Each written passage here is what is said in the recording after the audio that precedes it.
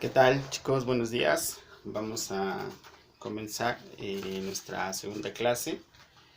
Espero que todos ya tengan sus guías, ya que el día de hoy vamos a trabajar con algunos puntos relacionados con la guía.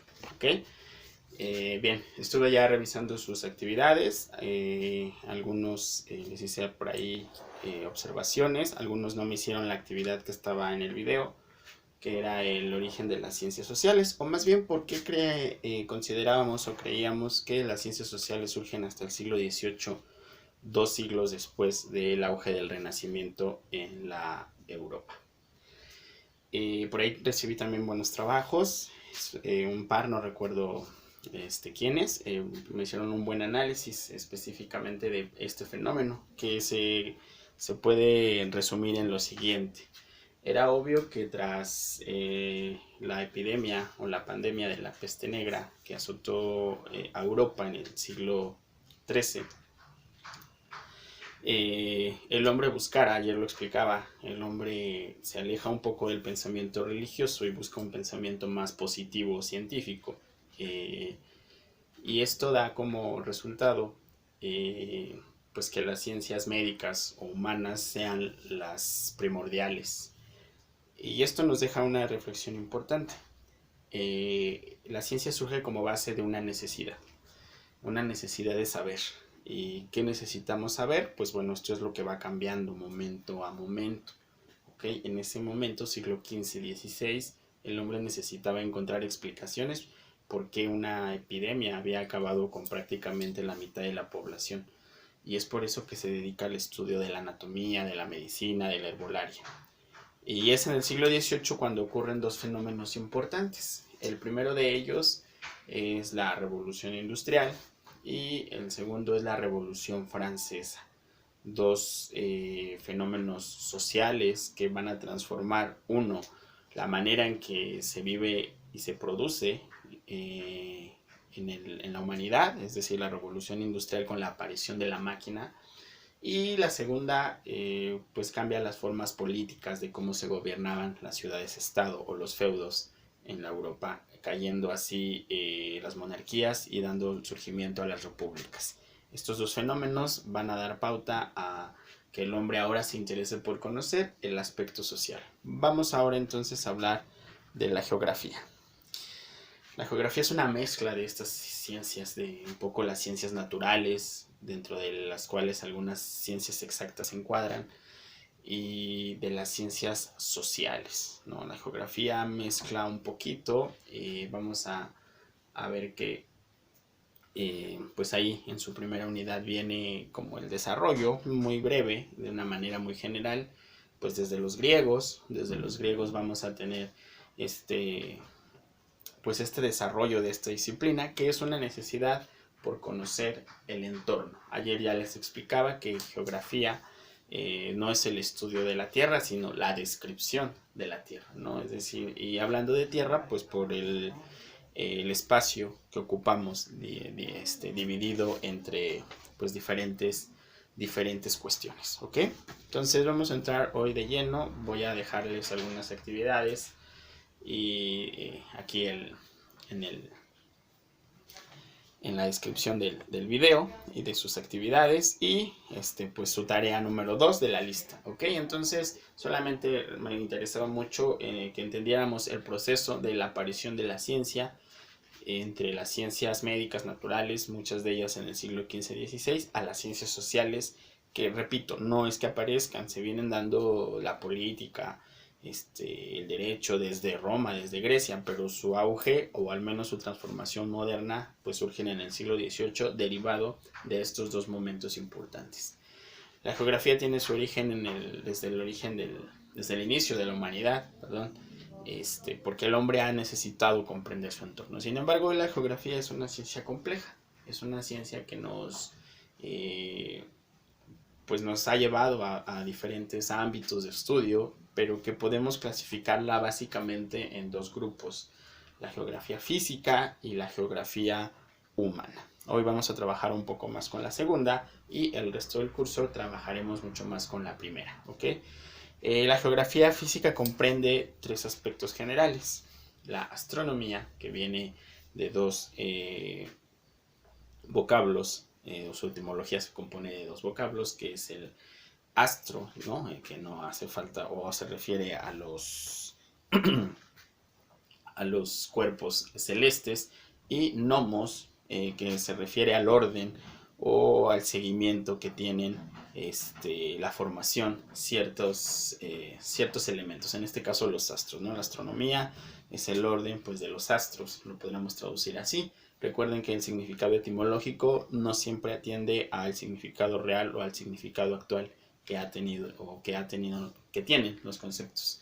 Luego viene la geomorfología, que viene igual de geo, tierra, y recuerden este prefijo, estudienlo para su examen: geo, tierra, y morfos, que es forma, y logos, que es estudio. Entonces este se compone de tres vocablos: geomorfología, geotierra, morfos, forma, ¿no?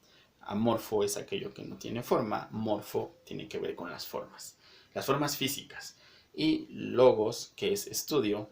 Entonces es el estudio de las formas de la Tierra, ¿ok? Geomorfología. Y finalmente viene la hidrología, que viene de hidros, agua o líquido, y logos, estudio. Entonces el estudio de los líquidos o del agua, en este caso se refiere a los mares, los océanos, los ríos, ¿ok? Las lagunas y todo aquello que implique asentamientos de agua natural. Esto es en cuanto a la geografía física. Vamos a abordar, como les dije hace un instante, la geografía humana. ¿Ok? La geografía humana se divide en varios aspectos. El primero de ellos es la geografía cultural. ¿A qué se refiere? Bueno, pues a una división de nuestro territorio desde el punto de vista de los aspectos de las formas de vida. Cultura es una palabra que tiene un sinfín de significados y que tiene un sinfín de aplicaciones desde diferentes puntos de vista. En el que vamos a ocupar el día de hoy es a la cultura. Vamos a ver a la cultura como una forma de vida, ¿no? Y así podemos dividir, en este caso hablaremos del mundo o de nuestro país, en diferentes culturas, ¿no? No somos iguales a los asiáticos, por ejemplo. No comemos murciélago, es un gran ejemplo. No somos iguales al Medio Oriente, no somos iguales al europeo, no somos iguales al norteamericano, sí somos más parecidos al centroamericano, y también no tanto, pero sí parecidos al sudamericano, ¿no? Compartimos algunos aspectos culturales, pero internamente en nuestro país tampoco somos tan parecidos a los del norte ni a los del sureste, ¿no? A la gente de la costa, del Pacífico, del Golfo. No somos como los norteños. Entonces a eso se refiere, las formas de vida, cómo nos relacionamos con el entorno y cómo creamos una forma de vida social. Esa es la geografía humana cultural. El segundo aspecto que toma la geografía humana es la demográfica, que se refiere, viene de demos, ¿ok? Y de grafos, descripción. Demos, que es pueblo, descripción del pueblo o descripción de las personas, que se refiere a los asentamientos, en este caso principalmente derivado del número de personas o del número de asentamientos que se tienen en ciertas zonas. La demografía o la geografía demográfica pues estudia la población, ¿no? Es decir, número de habitantes, por ejemplo, actividades a las que se dedican. No es lo mismo el municipio de Nezahualcóyotl, Ecatepec, al municipio de Acolman, por ejemplo, ¿no? Desde un punto de vista demográfico, pues estos primeros municipios que mencioné tienen mucho mayores número de habitantes, y si nos vamos más lejos de la zona conurbada, pues vamos a encontrar cada vez menos habitantes, ¿no? Las poblaciones o los asentamientos poblacionales se van a siempre asentar pues en las urbes o en lo que nosotros conocemos como ciudades. Esto estudia la geografía demográfica, ¿no? ¿Por qué se acentúan en las ciudades o en las urbes? Pues cuestiones de trabajo, ¿no? Hay mayor oportunidad de conseguir trabajo o un trabajo mejor remunerado, hay mayor oportunidad de estudiar, hay mayor oportunidad de desarrollarse económicamente, ¿no? Entonces son todos esos aspectos por los que una ciudad, vamos a poner ejemplo, Puebla, Guadalajara, Monterrey, Querétaro, la Ciudad de México, y sus periferias o sus alrededores son zonas urbanizadas, ¿no? Demográficamente urbanizadas, y si nos alejamos cada vez más, pues la urbanización va a ser menos. Todos estos aspectos lo estudia la geografía demográfica. Luego viene la demografía política. La geografía política. Esta es la que se nos enseña clásicamente en la primaria. Aprendernos el nombre de los 31 estados y entonces el Distrito Federal o Ciudad de México y sus capitales, ¿no? O los países del mundo.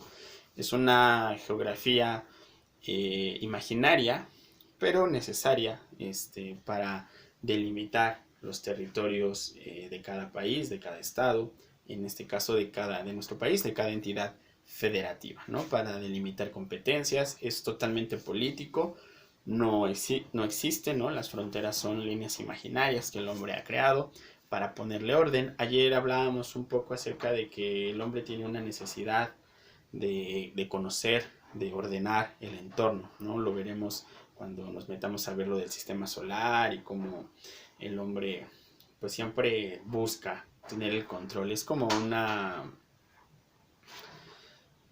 necesidad imperante en el hombre, saber que tiene el control de las cosas, ¿no? O le provoca una crisis de ansiedad a la humanidad saber que algo no conoce. Y entonces, en este afán, pues divide nuestro planeta en fronteras políticas a través de líneas imaginarias, ¿no? Que él traza y que, bueno, pues lo podemos ver de manera física, pues en un mapa, ¿no? La representación de un mapa tanto de nuestro país como del mundo, ¿no? Y de hecho se le llama la división política, ¿no?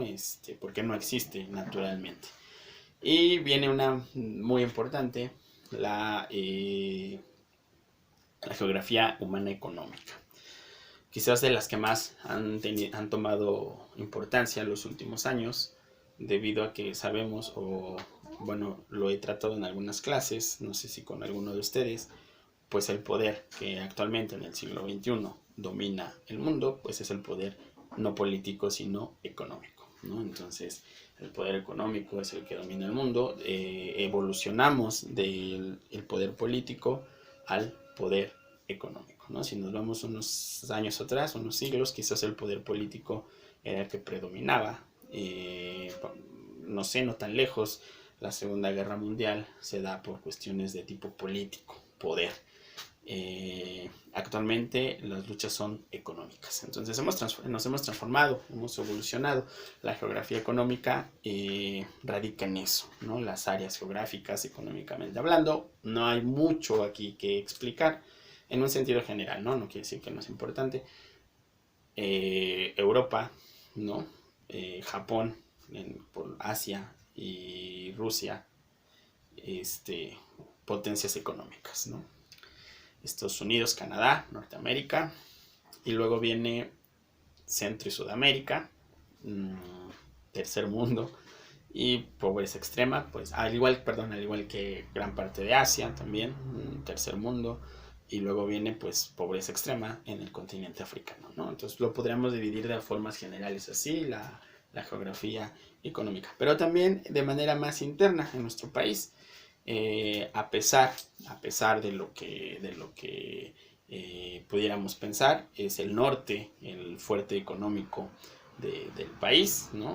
Específicamente Nuevo León es el centro económico importante de nuestro país, junto con la Ciudad de México, ¿no? Por ahí se disputan, pero bueno, se declina un poco la balanza hacia el norte por algunas cuestiones empresariales que se tienen ahí. Son los dos centros económicos de nuestro país. Por ahí está Guadalajara, otro centro económico, Puebla, que ha crecido en los últimos años, Querétaro. Y bueno, si nos vamos a las zonas pobres, ¿no? Pues todo el sureste, desafortunadamente, ¿no? Chiapas, Guerrero, Campeche, son zonas marginales económicamente hablando. Pero todavía lo podemos reducir más, ¿no? Vamos a aportarnos hoy la Ciudad de México, ¿no? La Gustavo Madero, Azcapotzalco, la Cuauhtémoc, pues no se comparan económicamente con delegaciones como la Magdalena Contreras o la Benito Juárez, ¿no? Que son, pues bueno, zonas económicamente más poderosas. Así es como entonces divide, pues la geografía, las zonas, desde diferentes aspectos, ¿ok? Entonces vamos a concluir. Las actividades van a quedar aquí designadas, ¿no? Será la tarea número 2 de la lista de tareas, la actividad número 2 que viene en la página 5 de su guía. Por ahí de todas maneras ahorita se los voy a poner. Me van a hacer por ahí una interpretación de los principios científicos de la geografía. Y bueno, pues creo que esas serán todas las actividades por el día de hoy. Ahorita las escribo para que las tengan disponibles. Entonces, que tengan un excelente día. Cualquier duda, recuerden, de 11 a 12 estoy conectado en el Hangouts. Para cualquier duda o aclaración, o me pueden escribir directamente en el Classroom. A algunos les dije que les hacía falta una actividad, la pueden complementar para subir su puntuación. Que tengan excelente día.